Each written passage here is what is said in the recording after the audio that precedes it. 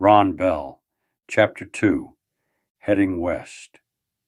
The day I was told we were going west, it was a cold February day in 1858.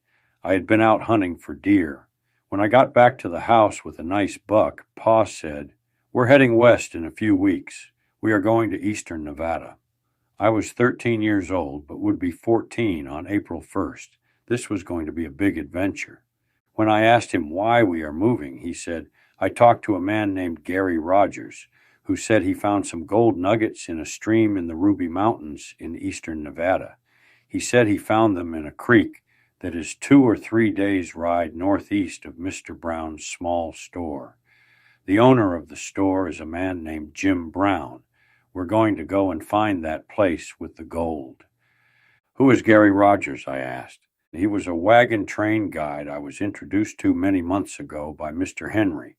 So he must know the area. I think he knows more about that area than about anyone. He traveled over many of the early trails leading out of St. Louis. That is, until he received a letter telling him his brother died and left him a shipping business in New Haven. At that time, he was in California, where he met some people who wanted to return east. They needed a guide, and he agreed to take them as far as St. Louis, where he could sell his horses and then pick up a train to New Haven." I learned from Pa as Gary was leading the wagon train east, a couple of the wagons had some problems and needed to make repairs. Therefore, the little wagon train stopped at Mr. Brown's store southwest of the Ruby Mountains in Nevada. Since he had a week or so to kill while the wagons were being repaired, Gary loaded one of his pack horses and took a ride northeast into the hills just to look around. As Pa put it, the land was a pretty sight. Each cut in the mountain had water flowing into the valley below. Willows grew along the banks, with grass covering the flats between the hillsides. On his third day out, Gary came to a flat spot with trees for protection from the wind that was backed up to a hill that would offer protection from being attacked from behind. He decided this is a good place to camp for a few days so he could look around and check out the country. Gary decided to set up camp early for the night. With his camp set up, he walked along the stream looking for signs of fish. He always carried string and hooks in his saddlebags, just in case he might come across a good fishing hole. He didn't worry about Indians or any kind of danger out there alone, I asked Pa. Well, since he was deep into the back country, there were considerations he had to make, like deciding not to fire his rifle to kill any large game unless he absolutely needed to. No telling who might hear it and come to pay a visit. Gary knew he was in the Paiutes' hunting grounds. According to Gary, this is a tribe who doesn't cause anyone much trouble. Well, it was known they would steal a horse or two if they had a chance, but Gary kept his horse in close to his camp at all times, and he had his rifle ready to use in case he needed it. Pa gave me Gary's story like this. Walking a short distance alongside the creek, Gary spotted a pebble that looked like gold. He picked it up and to his amazement discovered it was a good-sized nugget. Forgetting the fish, he moved further up the bank and found a few more. He put them in his pocket before we went back to his camp to fix dinner. He planned on starting his 2-day return trip back to the store at first light. He reached the store late on the second day to lead his wagon train east to St. Louis the next morning, now that all the repairs were finished. "How did you learn about the gold, Pa?" I asked. Gary Rogers is a close friend of Mr. Benjamin Henry, the rifle maker, and we have talked many times over the past year. "Ronnie, you know Mr. Henry. He lives just around the corner. He is the man that we helped with his roof last year, remember?" "Yes, I do," Ronnie said. "Gary said he never told anybody but me about the gold because he thought he was going to go back, but now he is way too busy with his shipping company, so he told me about the gold and its location in Nevada. The area Gary was talking about is located in the Ruby Mountains in eastern Nevada, just west of the Utah border. Dick, my pa, and Louise, Jim Campbell, my ma, talked it over before deciding to make the trip. Ma's health had been going downhill for the last year, and she felt the change of climate would do her good. Dr. Smith told Ma and Pa that she needed a drier climate, or she would not live out another year. When I was told about it, all I could think about was seeing Indians and tall mountains, never having an idea of just how long this trip would be.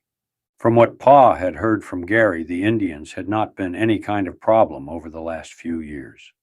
But remember this, Ronnie, Gary told me, Indians can change their minds in a flash. Until you establish some kind of relationship with them, you do need to be on guard. It is well known that when they go on a raid, it may have been caused by some other event in another area. If it was, you may not have been involved in the problem or even know about what caused it or what happened. Then he warned me, when you are out in the wild, keep your weapons loaded and close at hand at all times. Keep watch for tracks back in the hills and around your cabin. I have heard that Indians might watch you for many days before deciding to come after you. Never let your guard down. I asked Pa, are they dangerous? I don't think so, but to be on the safe side, don't do the same thing every day. You might need to make a trade with the Indians for land. Remember this. It is their land, and until you make some kind of deal with them, they may not like us building our cabin in their hunting grounds. For a young boy, this was going to be exciting, for sure. Ma and Pa were getting things together when our neighbor, Mr. Henry, came over to talk to Pa. Since he was a gunsmith, he asked if Pa would like to take one of his new test rifles, telling him it would be mighty handy in an Indian fight. It shoots like new, he said. In fact, I have sold some to the Union Army, and they will start taking delivery in about 6 to 8 months from now. As my Pa learned, this new rifle was not like any other. It could shoot 15 rounds without reloading. His old rifle was a Spencer, and it only held 6 rounds with one in the chamber. It took a couple of weeks for Pa to get a wagon because he wanted a wagon with wider steel rims and an oak bed for the extra strength, and purchased the 4 very large horses. We would need to pull our wagon load of our possessions.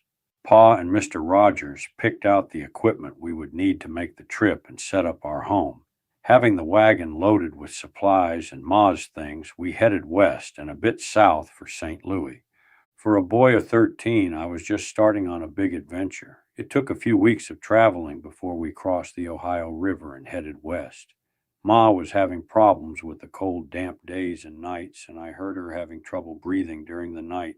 I slept under the wagon seat if the weather was really bad, but most times I just made a bed under the wagon, sleeping with a canvas tarp folded under my blankets and then over me to keep out the weather. I heard them talking about Nevada having a drier climate, and Ma said, Dr. Smith says it will do me good. She was not having an easy time of it, that's for sure. I drove the 4-hitch team most of the time so far on the trip, so Pa could tend to her in their bed in the back of the wagon. Pa had purchased 4 of the best horses he could find. Bill and Sally were the wheel team horses, and Maud and Florrie were the 2 lead team horses. We could have gotten by with only 2, but Pa said, one might get sick and die along the way. Pa was like that, always thinking ahead, trying to avoid any problem that might catch up to you, unexpected like. Many a night I was glad for the bed in the front of the wagon under the seat. We had rain, hail, and snow most of the way, and at times the mud was bad on the wagon roads we took heading west. We were glad that we had 4 horses to pull the wagon. Pa and I both worked through a few sets of gloves, and that was before we were halfway to St. Louis. As it was slow going, we needed the weather to clear some, and we also hoped for an early spring. But things got worse as we traveled down the road just after we crossed into Ohio. On this one particular day, light snow started about noon. We had just rested the horses and put them on grass and water while we ate a bit of lunch. After we got started again, the snow started to fall with larger flakes, and as they were heavy with water, the snow built up on the road fast. Drifts were forming from the winds blowing, it seemed, from every direction. I turned to Pa and asked, should we find a sheltered spot with some water and grass? Okay, he said. If you see a spot, pull in and we'll unhitch. I drove on, heading west for another hour until, through the snow, I saw a small stream crossing the road ahead of us. Luck would have it there was a nice clearing, and I was able to pull the team and wagon under a large oak tree. It would help keep the snow off the wagon's canvas top. Pa did not come out of the back of the wagon after I had made the stop. This would be my first time unhitching the horses. I knew I would have a problem with the harnesses because of them being so heavy. Pa had made a holder on the wagon to hang the harnesses on each side of the wagon. This took me the better part of an hour. After unhitching the horses and getting them on picket lines close to the water with plenty of feed, I went back to see if he and Ma were okay. Ma was asleep when I checked in the back of the wagon. "Ronnie," Pa said, "get Bill and ride up the road a few miles to see if you can find a town, or ask someone if there's a doctor somewhere close. Your mom is not doing very well. She has been running a fever for the last few days. She is very sick." While he started a fire to warm some water for Mom, I went and got Bill from the picket line. Pa had made a short set of lines that I could use when I rode Bill. With the short lines on the bridle, I walked Bill over to talk to Pa by the fire before riding out to the west. Using the wagon tongue to get on his back, Bill and I started down the road. I rode until dark, then turned back to our camp without finding any help. The snow was still falling and getting deeper. I was covered with snow, and Bill looked like a white horse, even though, underneath it all, he was brown. After the sun went down, it was starting to get colder. I hoped that Pa had a fire going by the time I got back to camp. When I got back to the wagon, I saw 2 other wagons pulled in beside ours, and I did see a good fire blazing away under the oak tree behind our wagon. Coming to the other horses, I slid off. Bill pulled the bridle off and replaced the halter and tied him back on the picket line. Pa called me over to the fire to meet our new friends. They had 2 kids my age, Les Warren and Hartley Close. When I looked in the back of the wagon, Ma was sitting up looking out. One of the new ladies, Mrs. Warren, was sitting on the back of the wagon with her, and they were talking. It was the first time in a week that I had seen Ma sitting up. Pa said, "Your mother's fever dropped just after you rode off." I found out from Pa that the other wagons were heading for California to work in the gold fields. Pa told our new friends we were going to raise some cattle and horses in eastern Nevada. To me, in private, he said, "Don't talk about trying to find gold to anyone at any time." The next morning, we all headed west to St. Louis, hoping to find more wagons to join up with going to Nevada. Driving out of the clearing, the wagons were almost silent due to the deep snow.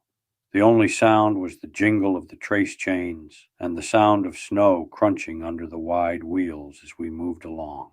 Pa was the only one who had extra horses for the trip. As he said, "It will save our horses because they have less weight to pull." After a mile or so, and because our team was able to move faster than the others, Pa had me pull over and wait for them. We waved them by and pulled in behind the last wagon. It took a couple of hours for our horses to get used to the slower pace, but we stayed behind everyone else for the rest of the trip to St. Louis. Things went well during the balance of the trip to St. Louis.